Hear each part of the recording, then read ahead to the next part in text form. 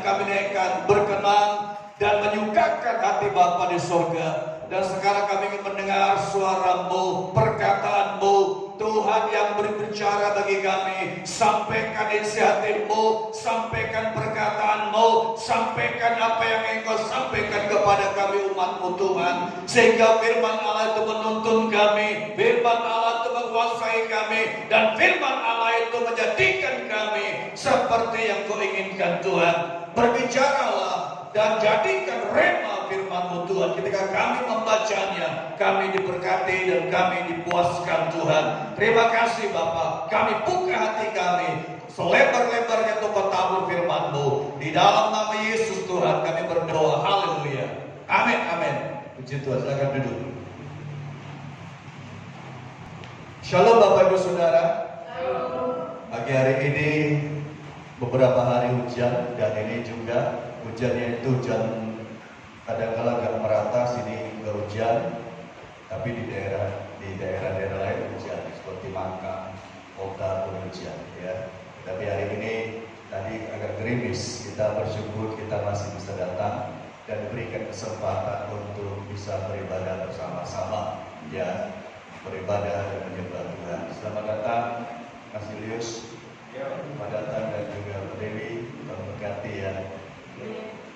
Hari ini kita akan bersama-sama belajar firman Tuhan. Kita akan baca di dalam Injil Yohanes pasal yang ke-13.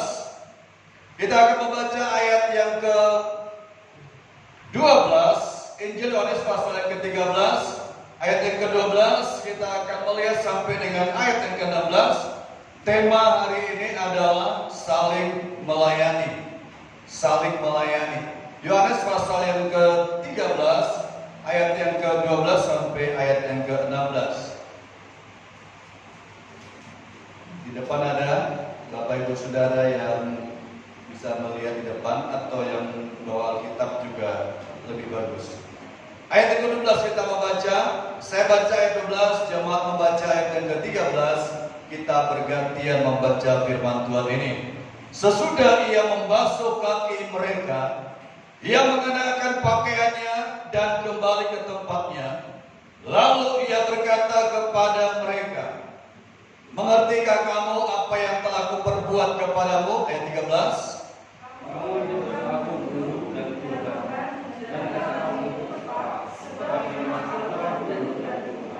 Jadi jikalau aku membasuh kakimu, aku yang adalah Tuhan dan gurumu, maka kamu pun wajib saling membasuh kaki.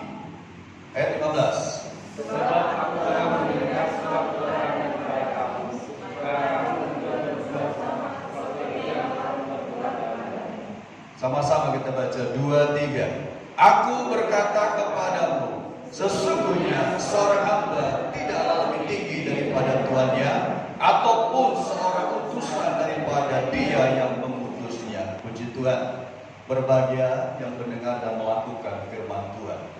Saudara, orang Israel itu adalah orang yang punya kebiasaan. Ada banyak kebiasaan, tetapi ada salah satu kebiasaan orang Israel adalah ketika mereka masuk ke dalam rumah atau gua, mereka harus membasuh kaki.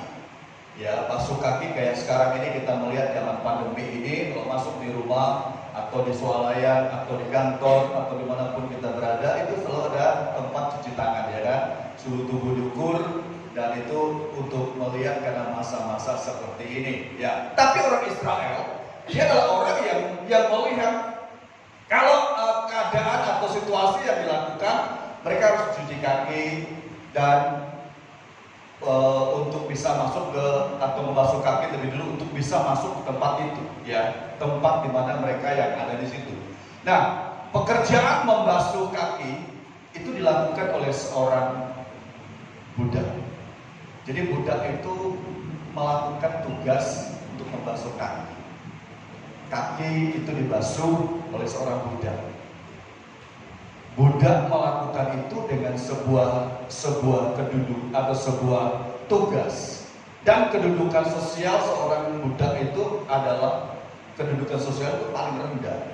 seorang budak. Makanya kita melihat di Israel itu ketika mau basuh kaki tuannya, membasuh kaki majikannya, itu adalah seorang budak dia, dan kedudukannya itu lebih rendah daripada tuannya karena dia ada seorang yang membasuh kakinya. Nah, di dalam ayat yang kita baca di sini, Yesus melakukan atau memilih sebuah tindakan.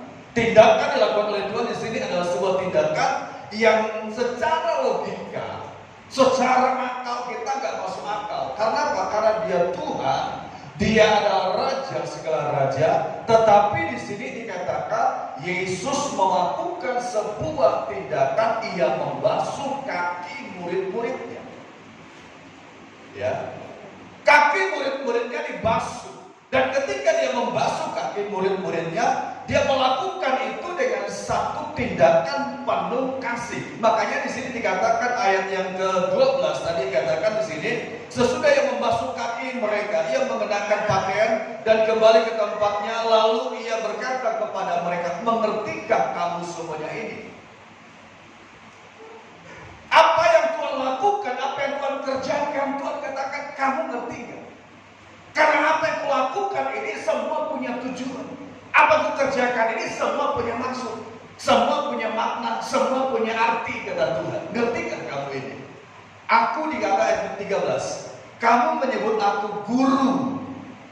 Guru, kata Tuhan Yesus. Kamu menyebut aku guru dan Tuhan. Perhatikan ayat ini. Kamu menyebut aku guru dan Tuhan. Lalu Yesus katakan apa? Katakan Yesus apa? Katamu itu apa? Tepat. Karena memang aku adalah guru dan Tuhan. Yesus katakan, murid-muridnya mengatakan, oh ini guru, oh ini Tuhan. Kan guru itu statusnya kan lebih tinggi, apalagi Tuhan. Status sosialnya. Murid-muridnya di bawah dia tinggi sangat, apalagi Tuhan. Ya. Nah, murid-murid mengatakan, kamu adalah guru dan kamu adalah Tuhan. Lalu Yesus katakan, kata-katamu itu tepat. Karena memang aku adalah guru dan aku adalah apa? Tuhan. Yesus adalah guru, Yesus adalah Tuhan. Ada banyak orang berkata, oh Yesus itu bukan Tuhan. Mana dalam Alkitab dia mengatakan bahwa dia adalah Tuhan? Ini ayatnya. Yesus itu Tuhan. Dia adalah Tuhan. Walaupun hari-hari kemarin sampai hari ini orang mendengar nama Yesus, mendengar kata Kristen itu alergi, sehingga mereka kalau bisa itu dihilangkan. Ya, tetapi kita melihat di sini, Yesus mengatakan, "Aku adalah Tuhan, Aku adalah Tuhan, Aku adalah Guru," dan itu memang tepat kata, karena memang Aku adalah Tuhan dan Guru. Nah, Yesus melakukan ini membasuh kaki. Ya, Guru dan Tuhan kok mau membasuh kaki? Padahal orang yang membasuh kaki adalah orang yang punya status sebagai seorang budak. Status sosialnya adalah orang yang paling rendah. Tapi di sini dikatakan Yesus mau membasuh kaki murid-muridnya. Apa maksudnya? Apa tujuannya? Kan banyak orang percaya atau orang Kristen kalau melihat tindakan ini, wah ini gak masuk akal. Saya kan punya status orang yang berada.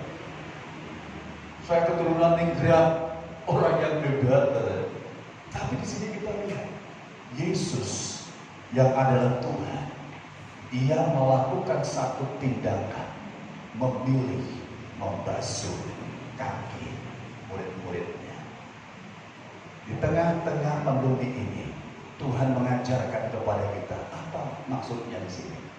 Apa maksud Tuhan mau membasuh kaki murid-muridnya? Membasuh kaki murid-muridnya bicara apa? Apa artinya bagi kita hari-hari ini? Apa artinya bagi saudara dan bagi saya? Kalau Tuhan menyampaikan ini, Tuhan punya maksud. Kalau Tuhan menyampaikan membasuh kaki murid-muridnya, Tuhan punya maksud. Apa maksudnya? Maksudnya kalau lihat di sini, yang pertama adalah membasuh kaki murid-muridnya, berbicara ini sebuah pekerjaan yang paling rendah. Ini yang pertama, pekerjaan yang paling rendah. Yesus sekalipun dia sebagai guru dan Tuhan, Yesus sekalipun orang sebagai Tuhan, Yesus sekalipun dia sebagai Tuhan, ia mau melakukan sebuah pekerjaan yang paling rendah sekalipun. Sekalipun dia Tuhan, sekalipun dia Tuhan, tapi dia mau melakukan sebuah pekerjaan yang paling rendah. Kan dia Tuhan. Pekerjaan yang paling rendah, dan dia dikatakan di sini, ia membasuh kaki murid-muridnya. Ini sebuah pekerjaan yang rendah, ya kan? Coba kita berani kita praktek ambil baskom, kita basuh kaki teman kita satu bangku atau satu gereja. Berani kita praktek. Mungkin ada mengatakan, wah ini cari perhatian, wah ini cari muka, wah ini cari. Ya. Tapi kalau kita mau praktekkan ini, ya saling melayani, ini adalah pekerjaan yang paling rendah. Yesus katakan dalam Markus 10:45, Anak Manusia datang bukan untuk dilayani. Yesus datang bukan untuk dilayani, tapi Yesus datang untuk melayani. Ketika Yesus datang untuk melayani, ini adalah sebuah tindakan. Ia basuh kaki murid-murid. Ya, pekerjaan yang paling rendah dilakukan oleh Tuhan. Pekerjaan yang paling tidak disukai oleh orang banyak, itu dilakukan oleh Tuhan. Membasuh kaki murid-murid. Yang kedua, berbicara tentang apa di sini?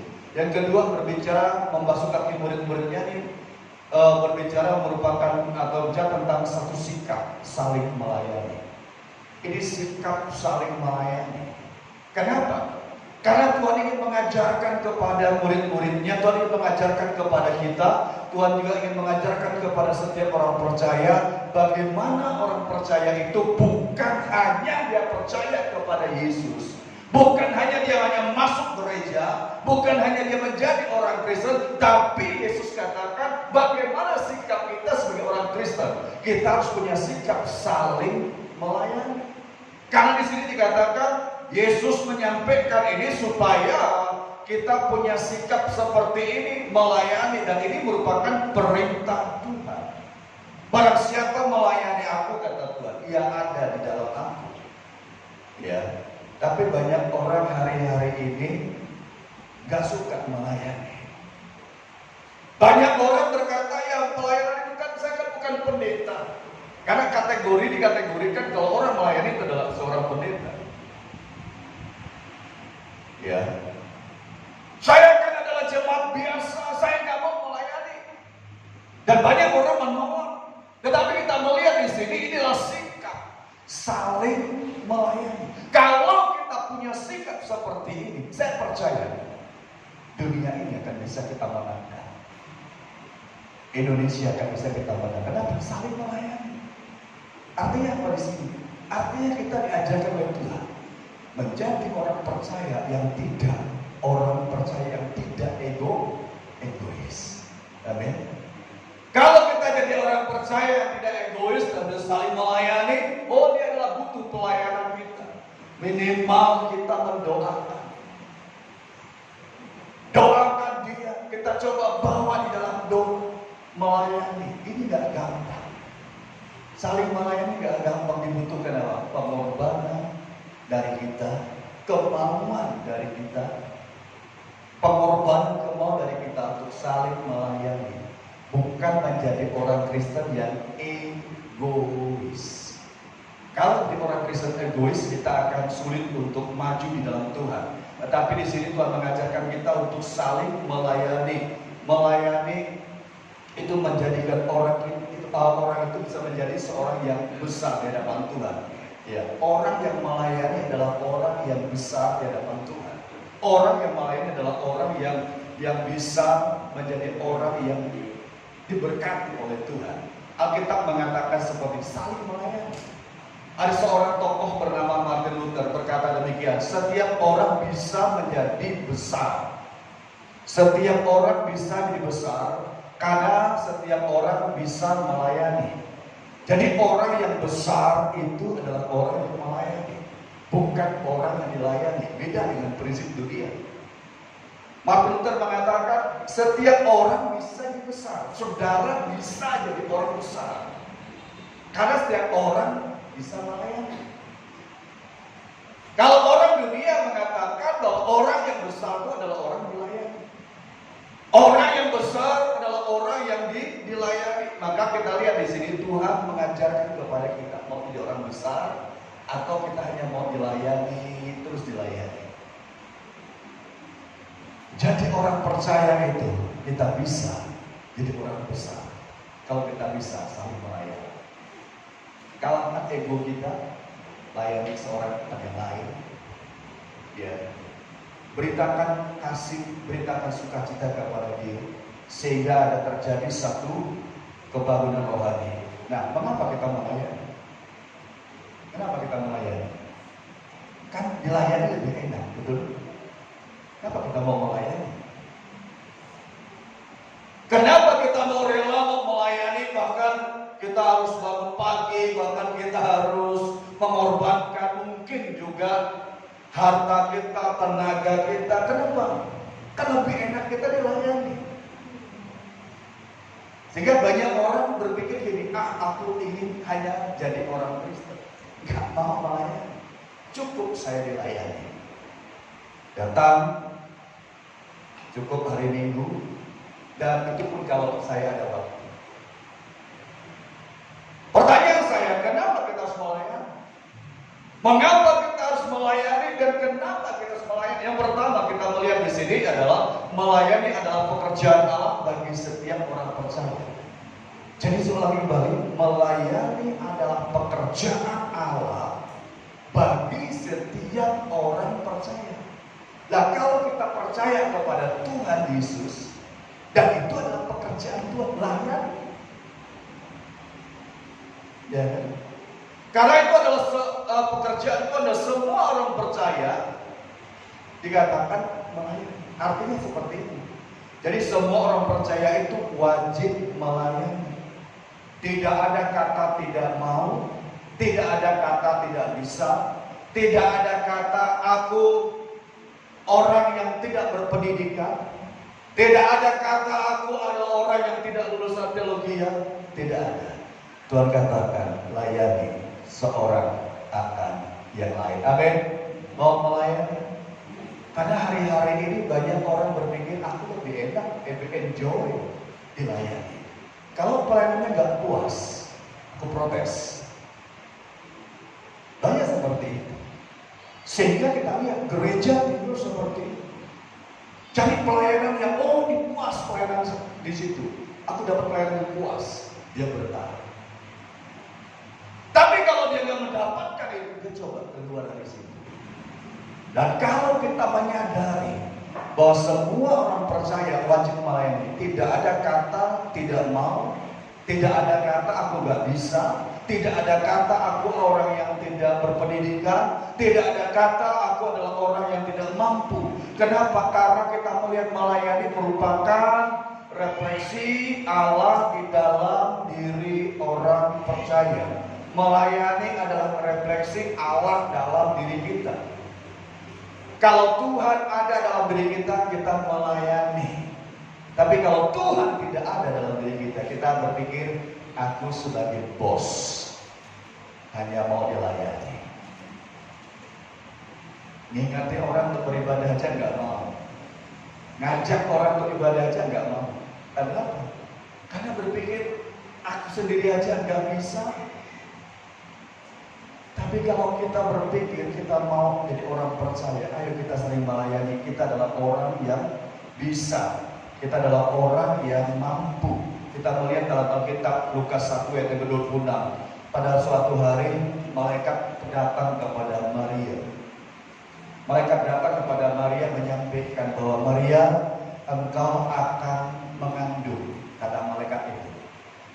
Engkau akan mengandung dan engkau akan melahirkan seorang anak laki-laki. Dan berikan nama itu berikan nama Yesus. Waktu itu Maria bingung. Saya nggak bisa. Saya orang yang seperti ini nggak bisa. Maria cuma protes. Tapi malaikat datang lagi dalam ayat yang ke-26, 27, 28. Diulangi kembali. Engkau akan mengandung dan engkau akan melahirkan seorang anak laki-laki. Lalu Maria pun berkata, ayat yang ke-34 mengatakan, jadilah padaku menurut perkataanmu itu. Artinya apa? Artinya Maria menangkap, meresponi apa yang Tuhan sampaikan kepada dia, dan dia merelakan rahimnya untuk dipakai oleh Tuhan, sehingga Tuhan bisa pakai dia, dan melalui Maria kita melihat dunia ini bisa dimenangkan bagi Kristus. Amin. Melalui Maria dunia ini bisa dibawa kepada Kristus. Karena itu kita coba belajar hari ini. Melayani Tuhan merupakan sebuah hal yang tidak gampang, tapi di sini dibutuhkan kemauan dari kita sebagai orang percaya. Ya, kita melayani Tuhan. Orang yang benar atau orang percaya yang benar adalah ia tidak menggunakan Tuhan untuk keinginannya sendiri. Salam kembali. Orang percaya yang benar adalah ia tidak menggunakan Tuhan untuk keinginan dirinya sendiri. Itu orang percaya yang benar. Tapi ia memakai hidupnya untuk melayani Tuhan. Banyak orang menggunakan Tuhan untuk dirinya, untuk keinginannya.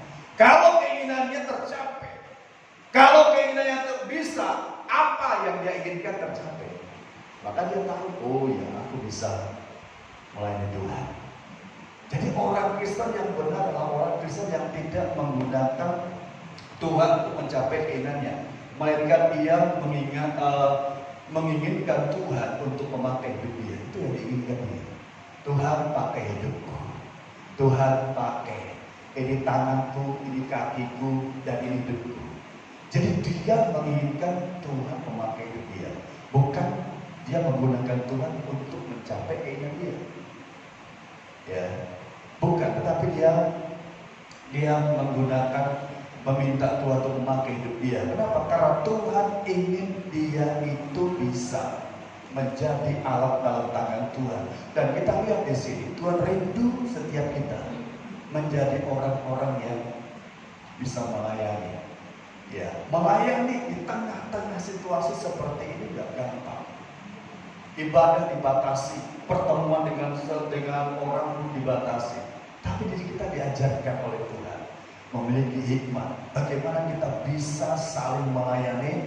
Karena di dalam Yohanes pasal yang ke-14 ayat yang ke-12 mengatakan, aku berkata, Yesus katakan, sesungguhnya barang siapa percaya kepadaku, ia melakukan juga pekerjaan-pekerjaan yang aku lakukan, bahkan pekerjaan yang lebih besar daripada itu.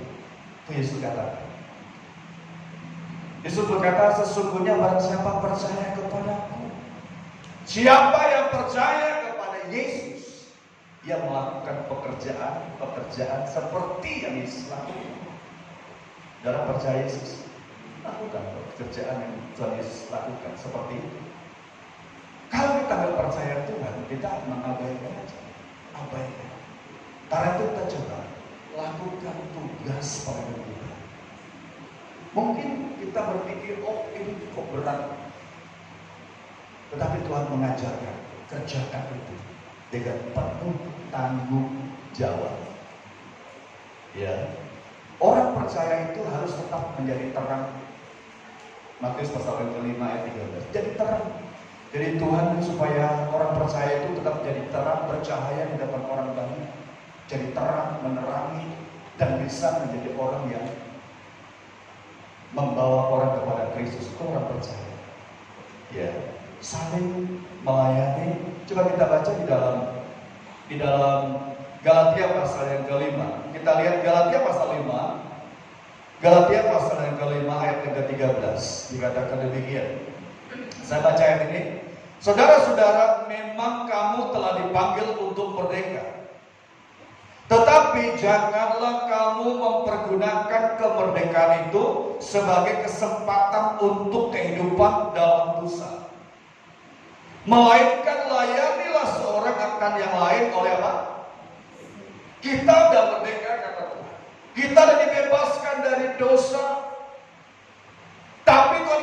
jangan gunakan kemerdekaan kita untuk kesempatan berbuat dosa. Jangan gunakan kebebasan kita untuk kita tidak melayani. Jangan gunakan apa yang Tuhan sudah berikan kepada kita untuk kita bisa pakai seturut kehendak kita. Tapi Tuhan katakan apa? Layani seorang dengan yang lain dengan penuh kasih, dengan penuh apa? Seorang dengan yang lain dengan apa? Kasih. Pertanyaan saya, mudah nggak?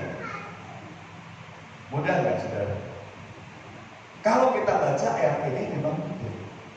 Tapi kalau kita praktekkan mudah nggak? Melayani seorang satu dengan yang lain dengan kasih, mudah nggak? Karena banyak orang nggak mau. Karena itu banyak orang berpikir, buat apa? Tadi seperti saya katakan, boro-boro dia melayani, mengingatkan teman yang kalau gereja, ya ayo ibadah, nggak mungkin mau.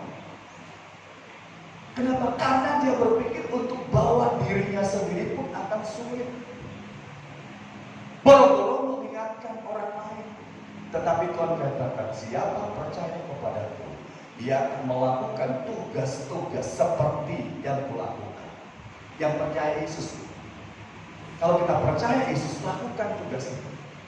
Kerjakan itu dengan penuh kasih. Di sini dikatakan layani seorang akan yang lain dengan kasih. Dibutuhkan apa di sini? Dibutuhkan kerelaan, pengorbanan.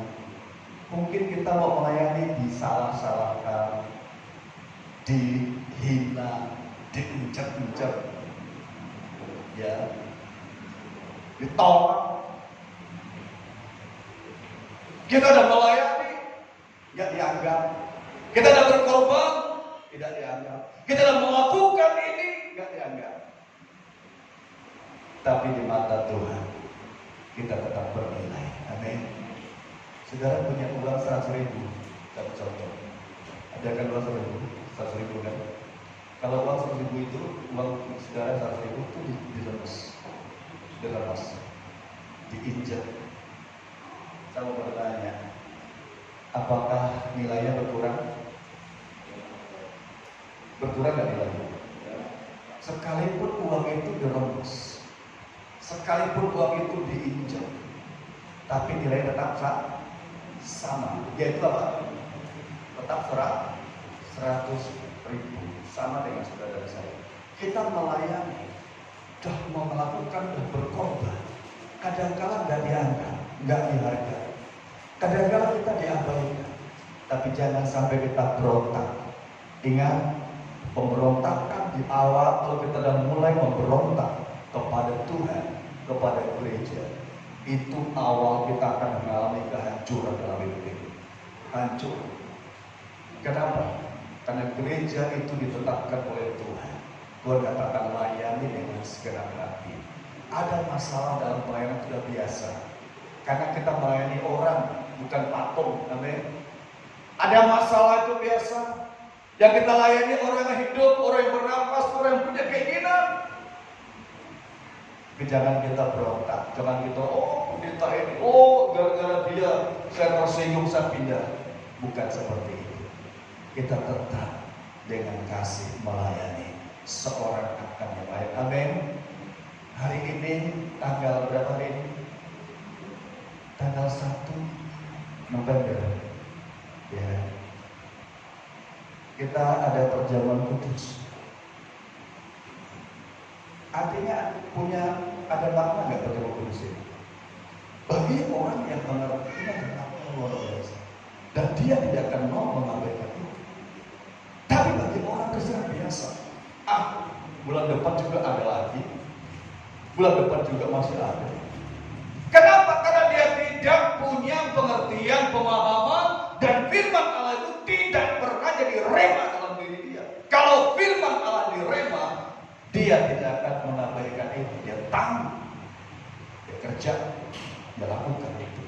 Yesus berani berkorban. Dia mati, dia menyerahkan nyawanya, dan dia melakukan tugas dengan bertanggung jawab. Karena itu kita coba melihat hari ini. Kerjakan dengan penuh kasih. Tugas kita sebagai orang percaya. Kerjakan dengan penuh iman kepada Tuhan. Kisah Rasul pasal yang ke-20. Kisah Rasul pasal 20. Kita melihat ayat yang ke-19. Kisah Rasul pasal 20. 19 sampai 21 dikatakan di sini. Dengan segala rendah hati, aku Paulus melayani Tuhan. Dalam pelayanan itu, aku banyak apa? Mencucurkan air mata dan banyak mengalami pencobaan dari pihak orang Yahudi yang mau membunuh aku. Ini kesaksian daripada Paulus. Aku melayani itu gak gampang, kata Paulus. Banyak mencucurkan air mata. Pelayanan dilakukan oleh Paulus adalah pelayanan yang penuh dengan risiko yang berat. Penuh dengan tantangan. Dikatakan aku melayani dengan segala kerendahan hati. Melayani Tuhan dalam pelayananku aku banyak. Bukan sedikit. Banyak. Apa? Mencucurkan air mata. Tapi pertanyaan saya, apakah Paulus lari? Apakah Paulus tidak lagi jadi orang Kristen? Apakah Paulus menjadi orang yang tinggalkan Tuhan? Enggak. Paulus tetap melayani Tuhan. Ayat 20 mengatakan, sungguh pun demikian. Aku tidak pernah apa? Aku tidak pernah apa? Kalau orang sudah melayani Tuhan, banyak percobaan, banyak kecewa, dilakukan apa? Dia pasti melalaikan apa? Tugasnya. Betul? Padahal itu sebuah proses. Dia akan melalaikan, dikatakan, Paulus katakan sini, sungguh pun demikian, aku tidak pernah melalaikan apa yang berguna bagi kamu. Aku tidak pernah, kata Paulus. Banyak orang melalaikan tugasnya. Kalau dikasih jadwal, paling dia berpikir, ini jadwal saya. Saya mau layani, saya layani karena tugas. Tapi gak pernah dengan hati dia melayani. Layani dengan hati beda dengan orang lainnya sebuah tugas. Tapi orang lain dengan hati, dia akan lakukan itu dengan penuh tanggung jawab. Sekalipun gak dihargai, sekalipun tidak dihormati, sekalipun dia tidak melayani, tidak dapat pujian, tapi dia tetap lakukan itu. Kenapa? Karena Yesus sudah memberi contoh, membasuh kaki murid-muridnya, melayani seorang akan yang lain. Nah, di dalam ayat yang ke-21 dikatakan, aku senantiasa apa? Bersaksi kepada orang-orang Yahudi dan orang-orang Yunani supaya mereka apa? Bertobat kepada Allah dan apa? Percaya kepada Tuhan kita Yesus Kristus. Aku senantiasa, ada kata apa? Senantiasa bersaksi. Senantiasa. Kenapa dilakukan itu? Karena Paulus tahu dia sudah dilayani. Karena itu dikatakan, aku senantiasa bersaksi. Saudara mau senantiasa bersaksi? Mau di hari-hari ini beritakan melalui apapun, sampaikan nama Yesus. Bersaksi, senantiasa bersaksi. Layani. Ya. Kalau saudara ngajak orang ke gereja dan ngajak orang ke restoran, ke rumah makan, itu lebih mudah mana? Ya? Lebih mudah mana? Ayo ke Rojo atau ke mana? Sabu-sabu. Mungkin anak cucu akan dibawa. Lebih mudah mana? Lebih mudah. Kenapa? Karena untuk membawa orang ke surga itu gak gampang. Hari ini banyak gak gampang. Mungkin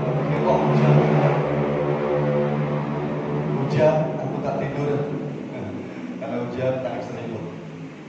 Akhirnya dia tidur. Kenapa seperti itu? Layani Tuhan. Amin. Lihat Tuhan. Karena Tuhan sudah melayani kita, lakukan tugas seperti yang Tuhan lakukan untuk kita. Amin. Layani Dia dengan penuh kasih. Satu dengan yang lain, layani. Saudara-saudara kita, layani Dia. Oh, ini saudara saya. Oh, ini teman saya, keluarga saya. Jangan lihat sukunya, jangan lihat statusnya siapa, tapi kita lihat dia adalah anak Tuhan yang baik. Layani dia, doakan dia, ajak dia untuk berdoa Tuhan. Amin. Mau, dan dialah Tuhan yang dipermuliakan, Tuhan yang diagungkan, Tuhan yang ditinggikan. Nah, ketika kita mau melayani Tuhan, itu tadi saya katakan, berarti kita harus siap mau Tuhan mengerjakan kita. Mau dipakai Tuhan. Saya rindu jemaat GBBTC di sini menjadi orang-orang yang dipakai Tuhan luar biasa, melebihi apa Tuhan yang lain. Kita dipakai Tuhan. Saya rindu menjadi seorang yang hebat, melayani. Ya, lakukan tugasmu dengan penuh kasih. Kenapa? Karena ketika kita mau melayani Tuhan, itu adalah yang harus kita korbankan, yang harus kita lakukan. Kita mau rela berkorban, rela melakukan tugas kita, rela hidup dekat dengan Tuhan, dan kita berkata, Tuhan, Engkau adalah segalanya, Engkau adalah bagian dalam hidup. Kerjakan itu dengan penuh kasih. Amin. Biarlah semuanya ini, semua yang kita buat untuk kemuliaan nama Tuhan. Lihat temanmu samping kananmu, coba lihat temanmu samping kananmu. Layani dia. Amin. Soalkan yang lain, layani dia. Layani dengan penuh kasih, dengan penuh tanggung jawab. Layani dia. Kenapa? Karena itu Yesus mengajarkannya kepada kita. Amin. Tuhan berkati.